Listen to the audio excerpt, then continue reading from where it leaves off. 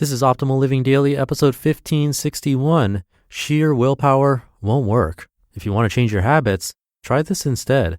By Paula, Pant of affordanything.com. And I'm Justin Malik. Happy Friday. Welcome to the podcast where I simply read blogs to you for free, covering personal growth and self-help topics like mindfulness, minimalism, self-care, meditation, and a lot more. Over 1,500 episodes worth. If you like any of these episodes, I'd greatly appreciate you sharing this show with someone and getting them to subscribe. It'd mean a lot. But with that, let's get right to today's post and start optimizing your life. Sheer willpower won't work. If you want to change your habits, try this instead. By Paula, Pant of affordanything.com. People eat at restaurants for many reasons. It's convenient, the food is delicious, we crave social interaction, we want a new environment, we like novelty. We can't read nutritional labels. Out of sight, out of mind.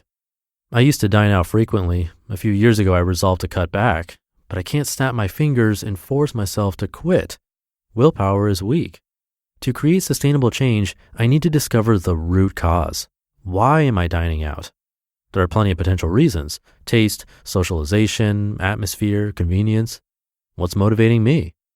This isn't a theoretical question. It's mandatory if I want to change. The power of habit. A few years ago, I read the book The Power of Habit by Charles Duhigg. When I reached the end, I immediately flipped back to the beginning and started rereading. It's that good.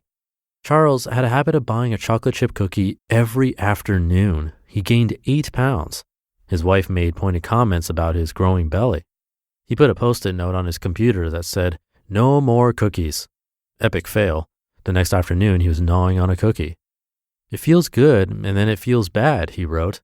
Quote, "Tomorrow you promise yourself you'll muster the willpower to resist. Tomorrow will be different.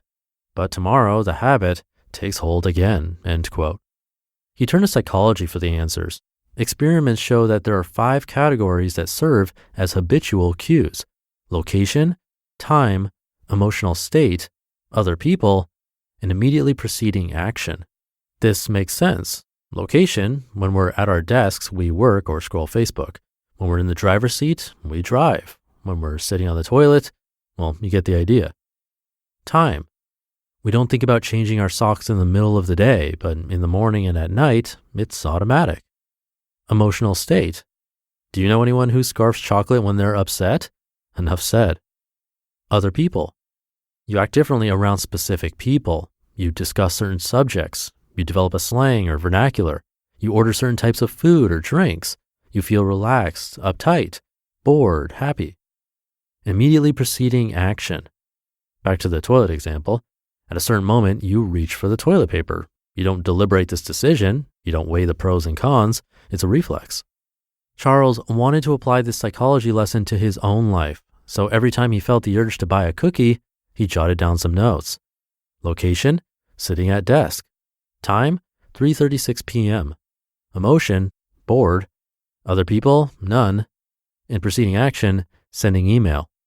He continued taking notes daily until he saw a pattern. 4 out of 5 of these factors fluctuated. Only 1 stayed constant: the time of day. Quote, "The reward I was seeking was a temporary distraction, and the habit triggered between 3 o'clock and 4 o'clock, end quote. So he found a different way to grant himself the same distraction. Rather than buying a daily cookie, he started taking a 10-minute break to chat with a friend every day between 3 p.m. and 4 p.m. He even set an alarm on his watch for 3:30 to remind himself to do this. It worked. How to stop eating at restaurants. Back to the restaurant dilemma. There are plenty of reasons I might eat at restaurants: taste, socialization, convenience. If I'm dining out for convenience, my alternative must also be convenient. If I'm dining out to socialize, my alternative must also be social. If I'm dining out for taste, my replacement must be tasty. It's not enough to simply pledge to eat out less. I had to decipher the root cause. I needed to identify the trigger. Like Charles, I began observing patterns. Every time I felt tempted to suggest a restaurant, I jot down notes. The trigger, I discovered, is that I want a new environment. I work from home. If I haven't left the house by evening, I feel stir crazy, so I text a friend to say, "Let's try that new Mexican place." Once I identified this root cause, I looked for alternatives featuring the same reward. I started working from coffee shops. I began running midday errands.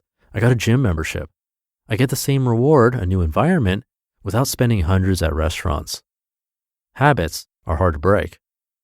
I could have written a simple blog post that says top 10 ways to save money. Number 1, stop dining out, but that would be intellectually lazy and ineffective. I could have written a blog post that says top 10 ways to save money. Number 2, drop your gym membership. Number 3, avoid coffee shops. But those tips would be counterproductive in my situation.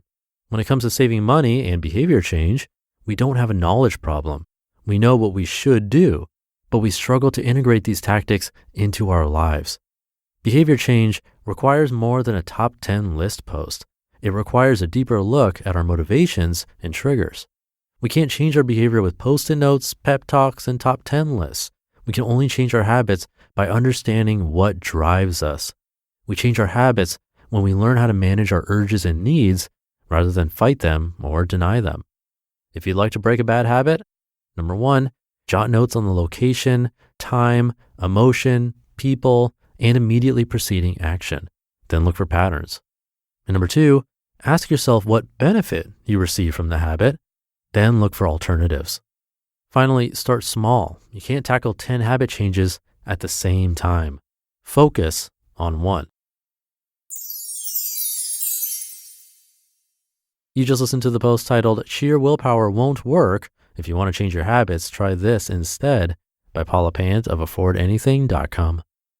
And thank you to Paula. These are solid tips based on research, a lot of research. Charles Duhigg is considered an expert on the topic.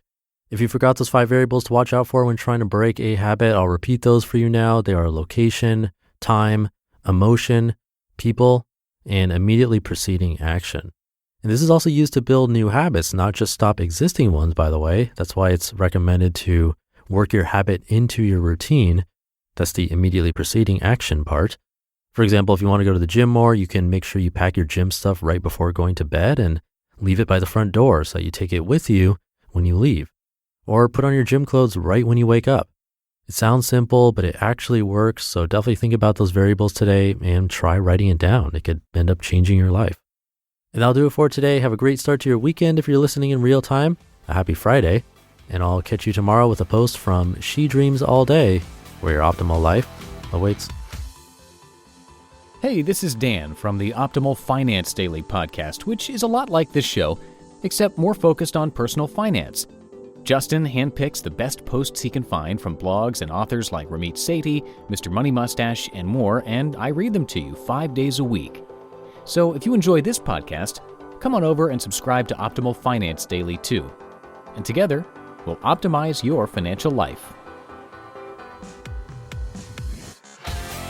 You've been listening to Optimal Living Daily. Be sure to hit the subscribe button to stay up to date on each new episode and head to oldpodcast.com. That's OLDpodcast.com for a free gift as well as more actionable tips and resources to help you maximize your potential. Thanks for joining us, and remember, your optimal life awaits.